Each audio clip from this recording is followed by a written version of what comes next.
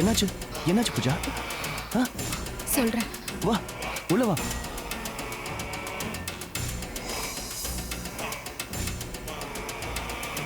நான் ப்ரோக்ராம் முடிச்சிட்டு வீட்டுக்கு வர வழியில 4 பேர் என்ன சுத்தி வளைச்சிட்டாங்க. சுத்தி வளைச்சிட்டாங்களா? எங்க? சவுத் ஓவர் பிரிட்ஜ் பக்கத்துல என்ன பிடிச்சிட்டாங்க. நான் உனக்கு கால் பண்ணேன், ஆனா நீ தான் போன் அட்டென்ட் பண்ணவே இல்லை.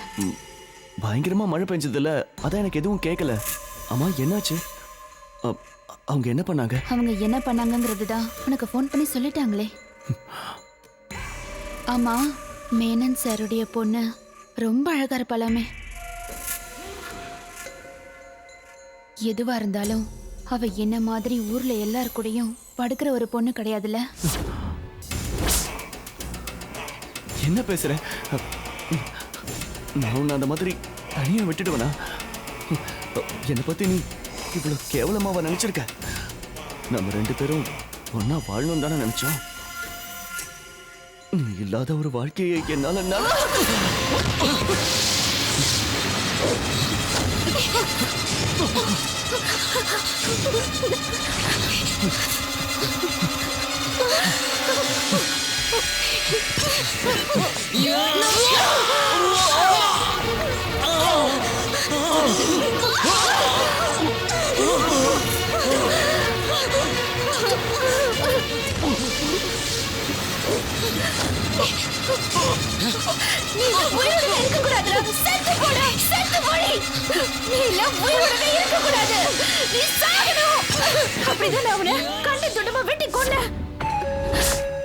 அவள உயிரோடவே இருக்க கூடாது.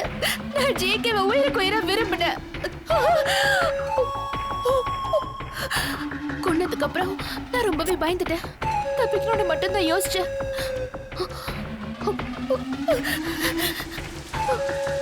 பார்ட்டு வெட்டிட்டோன்னா அதுக்கப்புறம் என்னால தப்பிச்சிட முடியும்னு நான் நினைச்சேன்.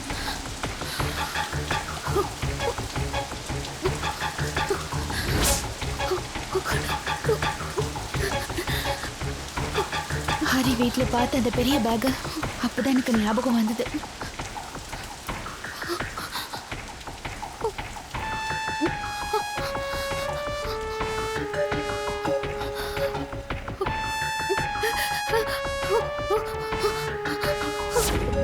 நீ சொல்றதை என்னால முழுசா நம்ப முடியல. ஏன்னா ஹரி இந்த கொலை வழக்குல சம்பந்தப்பட்டதற்காக என்கிட்ட முக்கியமான ஆதாரம் இருக்கு. என்ன ஆதாரம்? ஜிகேவோட கொலை நடந்த அந்த இடத்துல ஹரியோட தடங்கள்லாம் கிடைச்சிருக்கு.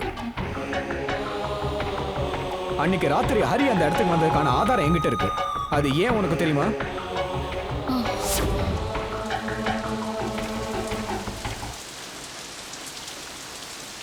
டேய் ஜிகே, வெளியே வாடா. டேய் ஜிகே, டேய் வெளியே வாடா. கதவை திறடா. கதவை திறன்னு சொல்றல. நீ திறக்க மாட்டடா. சொந்த தம்பி மாதிரி உன்னை பாத்துக்கிட்டனே, அதுக்கு நீ காட்டுற நன்றியாடா இது?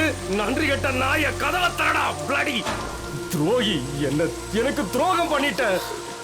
துரோகி, நம்பிக்கை துரோகி. செஞ்ச தப்பு நீ உணரும் போது நீ உயிரோட இருக்க மாட்ட. இப்ப நான் போறேன். எனக்கே துரோகம் பண்ணல, நீ அனுபவிப்படா. என்னடா பாக்குற? போடா. ஹரி கிளம்பி போனதுக்கு அப்புறம் ஜிகேவோட பாடி எடுத்துட்டு என் வண்டியில நான் சுடுகாட்டுக்கு போனேன்.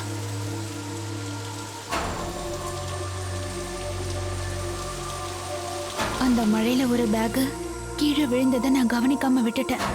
இல்லனா உங்களால இப்போவும் என்ன பிடிச்சிருக்க முடியாது. ஜிகே செஞ்ச துரோகத்துக்கு இவ அவனை கொலை பண்ணது தப்பே இல்லைன்னு எனக்கு தோணுது. ஆனா இவ சொல்ற கதையை என்னால முழுசா நம்பவே முடியல. ஒருவேளை ஹரிந்தனுக்காக இவ கொலை பண்ணாளா, இல்ல ஹரிந்தரனை கொலை பண்ணானா? ஒன்னும் புரியலையே.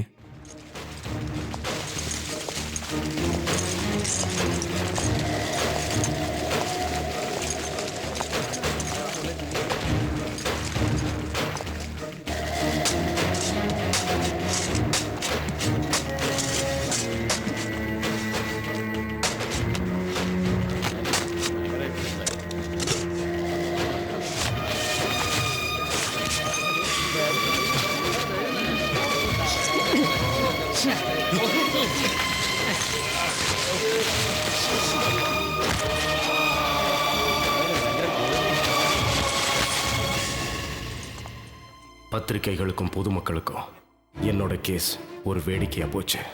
கொலை பண்ணதை பூஜாவே ஒத்துக்கிட்டதுக்கு பிறகும் போலீஸுக்கும் பொதுமக்களுக்கு என் மேல நம்பிக்கை வரல. வக்கீல்களோட வார்த்தை ஜாலத்தினால நிரபராதிகள் எப்படி தண்டிக்கப்படுறாங்கன்னு அன்னைக்கு நான் தெரிஞ்சுக்கிட்டேன். என்னோட ஸ்டார்லைன் இன்கார்பரேட்டுங்கிற சாஃப்ட்வேர் கம்பெனியை பொதுமக்களை அடிச்சு நொறுக்கிட்டாங்க. என் ரத்தத்தை வேர்வையா சிந்தி உருவாக்கின இந்த சாஃப்ட்வேர் கம்பெனியை இப்படி சுக்குநூறு ஆக்கிட்டாங்க.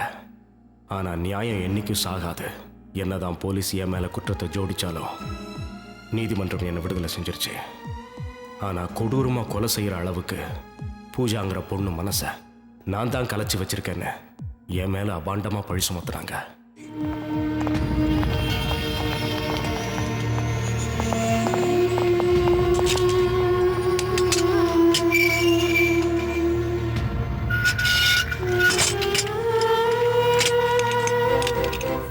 என்னையும் என் குடும்பத்தையும் வேரோட அழிக்கணும்னு அரசியல்வாதியிலிருந்து பொதுமக்கள் வரைக்கும் எல்லாரும் போராடினாங்க.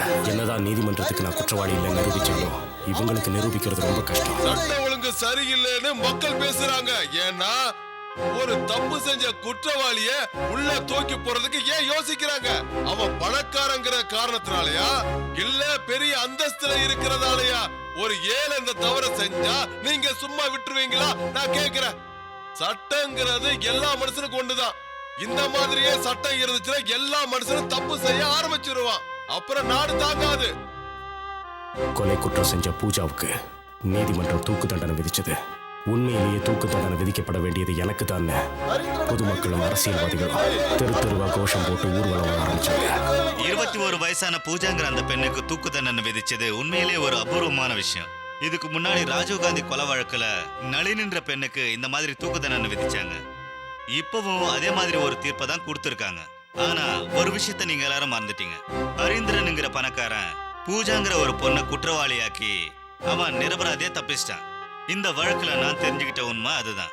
நம்ம நீதிமன்றங்களும் நீதியும் இந்த மாதிரி சில நேரத்துல செதறும் போது நாம தான் இந்த சட்டத்தை காப்பாத்தணும்.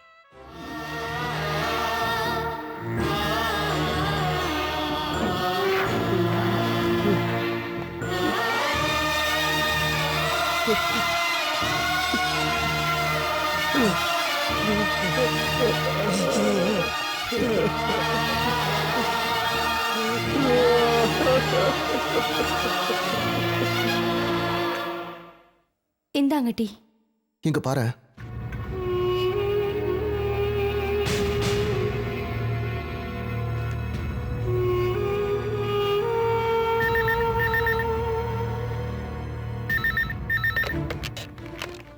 ஹலோ, இப்போ உனக்கு சந்தோஷமா? அந்த பொண்ணை யூஸ் பண்ணி எல்லாத்தையும் நீ தான் பண்ணுன்னு எல்லாருக்கும் தெரியும். அவளுக்கு தூக்கு தண்டனை வாங்கி கொடுத்துட்டு நீ நிம்மதியா தூங்கிட்டு இருக்கியா? இதுக்கான தண்டனை உனக்கு கண்டிப்பா கிடைக்கும். புரிஞ்சுதா?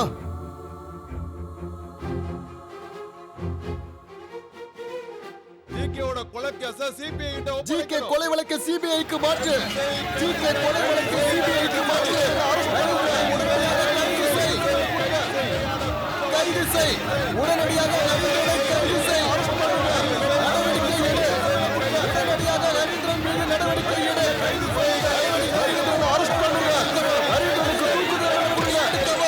மக்கள் பணத்தை ஏமாற்றி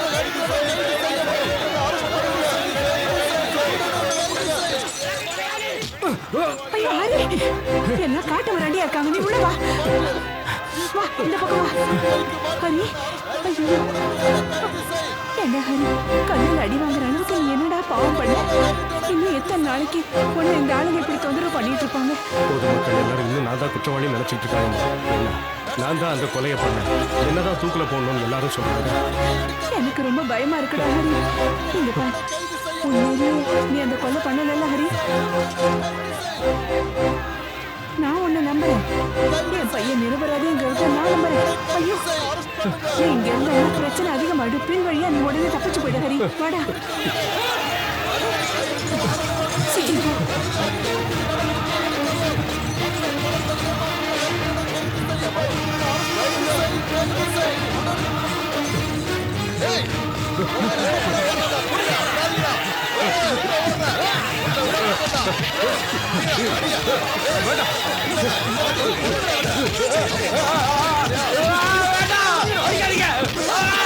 அடிக்காதீங்க.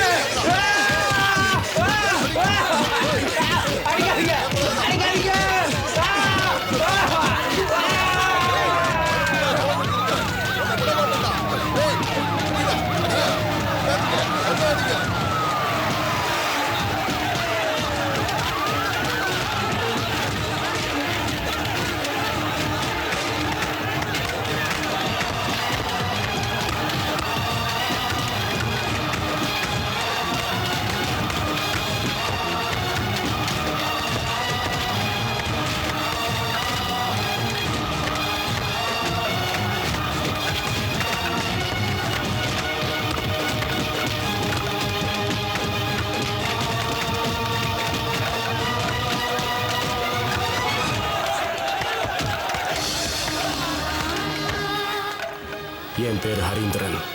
குற்றவாளின்னு பொதுமக்களால் சுட்டி காட்டப்படுற ஒரு நிரபராதி. என்னை இந்த நிலைமைக்கு கொண்டு வந்த என்னோட நெருங்கிய உறவினர்களுக்கும் நண்பர்களுக்கும் ஒரு வேண்டுகோள். என்னோட இந்த வாழ்க்கை வேற யாருக்கும் வராம பாத்துக்கங்க.